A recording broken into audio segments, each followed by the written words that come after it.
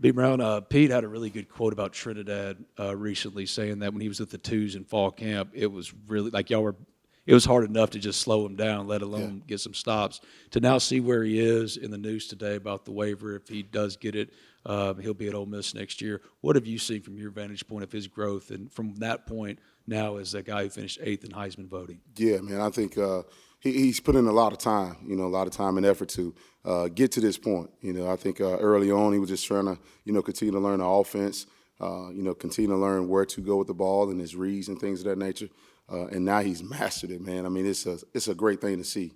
It's like you're sitting in a time machine and just looking back and seeing where he was then, and now it's just like, holy crap, man, this kid is really, really good. And so it's great to have him on our squad, especially, hopefully he gets the waiver and comes back and feel positive about that.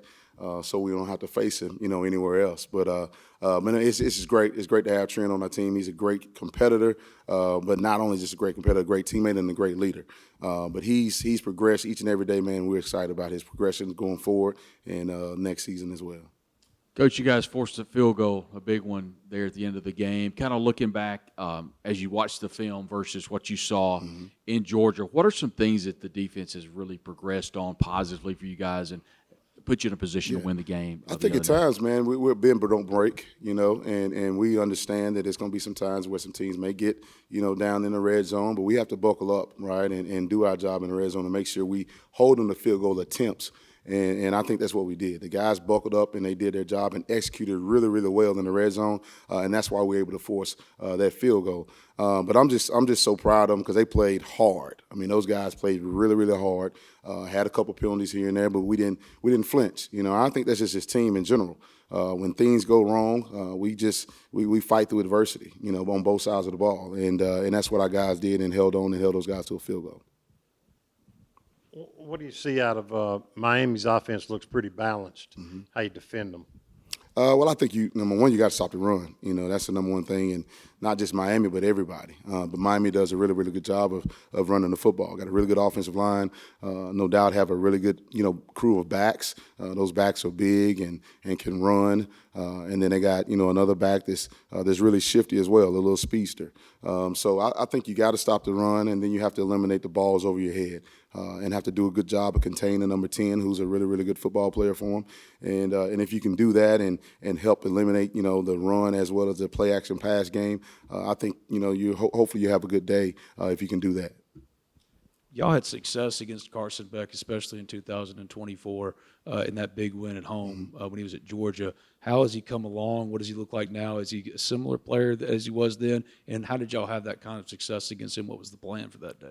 Well, I just think, the team that he was playing with at that time is a little bit different than his team here. You think about the weapons that he has now with the Tonys of the world, the Fletchers of the world and things of that nature, as well as a really good offensive line right now. I mean, those offensive linemen, they're gelling, they're playing really, really good together.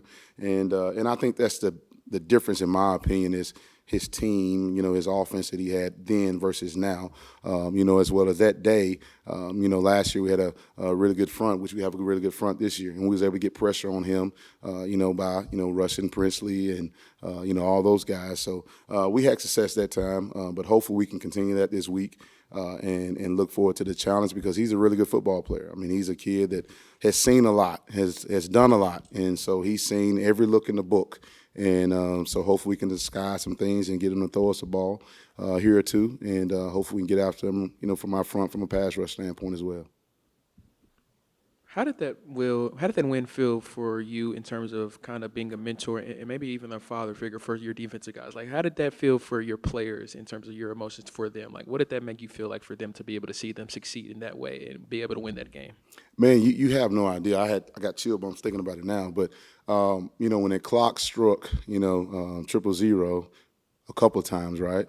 But when it finally did, just to see their reaction. It was a thing of beauty, and I just fell for those guys because they've been through so much this year. They put in a lot of hard work, and just to see them, the joy on their faces, jumping up and down and hugging each other and things of that nature, man, it was awesome. As well as being an alum here, I was excited as well, just because to see my alma mater being in the Final Four in the semifinal game, it hasn't been done. And so we're excited about that, excited for the opportunity to go ahead and showcase what we got and compete at a very high level and STB it. Staying on some of your players, guys like Xavier Harris, Will Eccles, Sunterian Perkins, all natives of Mississippi like you are yourself. What was it like to be able to watch them have their showcase moments this weekend, whether it's the Perkins sack, whether it's Will, having a great game overall, and Xavier really stepping in the second half? What was it like for you watching some of those guys that are also the state of Mississippi natives really gel with their home state? Absolutely. I just think, Mississippi get, a bad rep at times just from all general things, inside and outside of football. But it just shows you that, the people from the state of Mississippi can play football too. And those guys definitely have shown it. I mean, you got guys like DK Metcalf and, A.J. Brown, who's from the state of Mississippi. They play really good football. And but I was just excited to see Big Will and Big Zay, go out and do their thing. And you talking about two, 300-plus pound guys playing as hard as they do and very nimble as they are. It's great, man. It's awesome. So here in the state of Mississippi, we do have really good football players. Ole Miss is off to a hot start in the portal, very heavily defensively slanted right now. I'm not asking about necessarily talk on players, but how much is that success early is from scouting and development and the work that they've done, but also the success in continuing to win and now being in the semifinals. What all factors into the hot start? Would you say? Well, I think the number one thing is winning. I think really good football players want to go play for winning teams, and especially teams that are continuing to play late. And so definitely that has a really big part in it. But I also do think that, our scouting department has done a tremendous job of IDing the people and the student athletes that we want to go after. And they've done a great job with that and gave all these guys that are committed to us right now that have signed. And we did our job evaluating as coaches. But big hats off to our recruiting department and our defensive staff, right, and offensive staff, those guys that they signed as well, to be able to sign the guys that we have.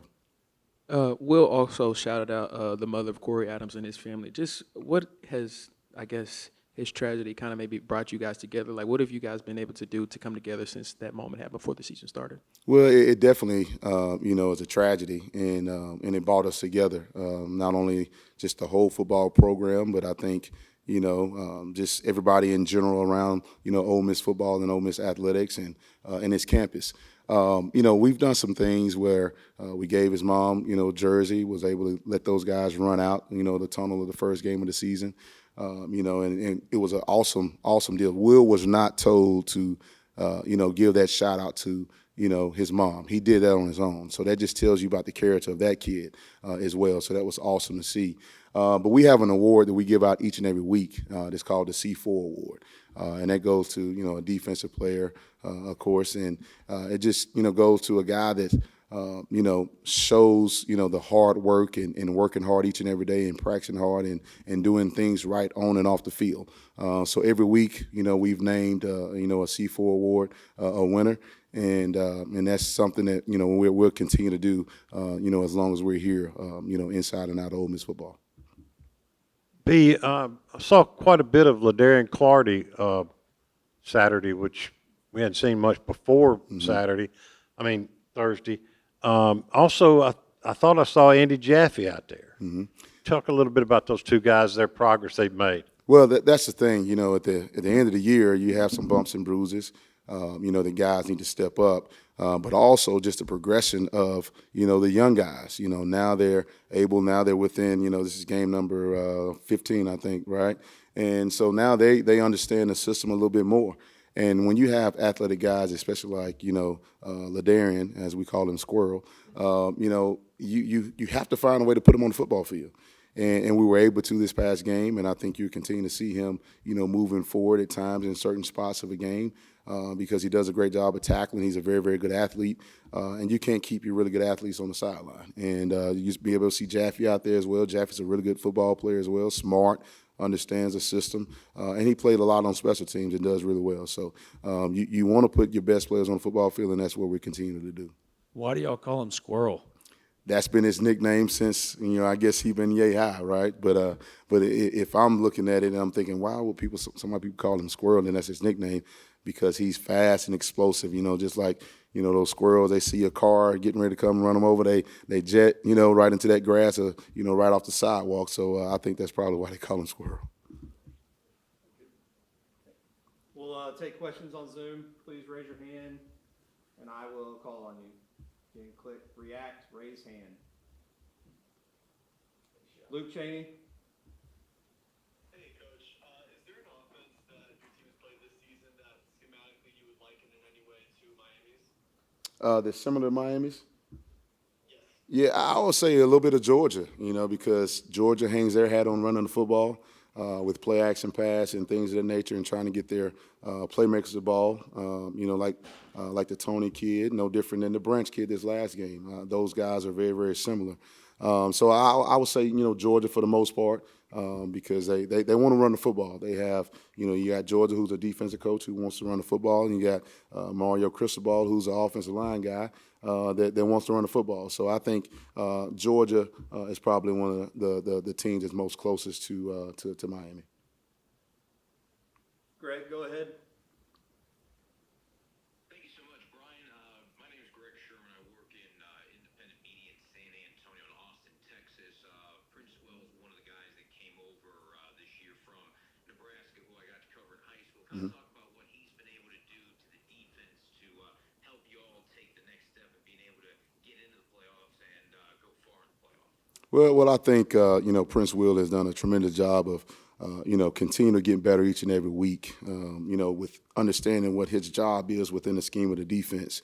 And when you can do that, you want to, be able to get your best players on the football field, and he's definitely one of them that can really rush the passer, does a great job in drops, but he has gotten so much better in defending the run. And Coach Joyner and Coach, Kitchens, those guys have gotten him prepared for that, especially these last couple of games in the playoffs.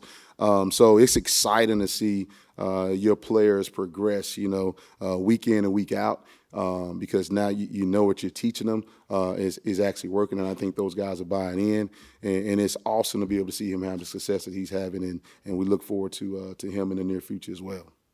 One quick follow-up. You have a lot of Texans on your roster who I got a chance to cover in high school, especially out of DFW in Houston. How do you use those guys to help you all out, especially since a lot of these rosters, SEC, and in the playoffs, you're going up against a lot of Texas guys. So how do you kind of lean on them to help you all out? You mean from a recruiting standpoint?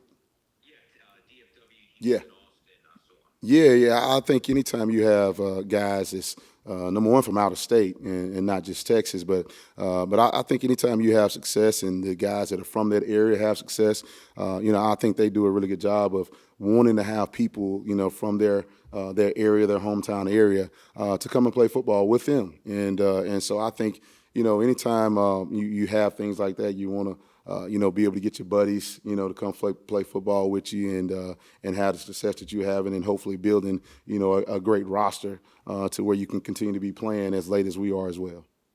Thank you. Any other questions on Zoom? I have one more question. Where'd you get that hat? That's dope. Where did I get the hat? Where's the hat from? Do I really need to tell you? No, you don't. You don't know where this hat is from? Oh, I can't see it really. I'm old now. I'm like It's 40. from the golf club, Oxford Golf Club. All right. All right. Thank you, Coach. Good. Appreciate it. Appreciate y'all.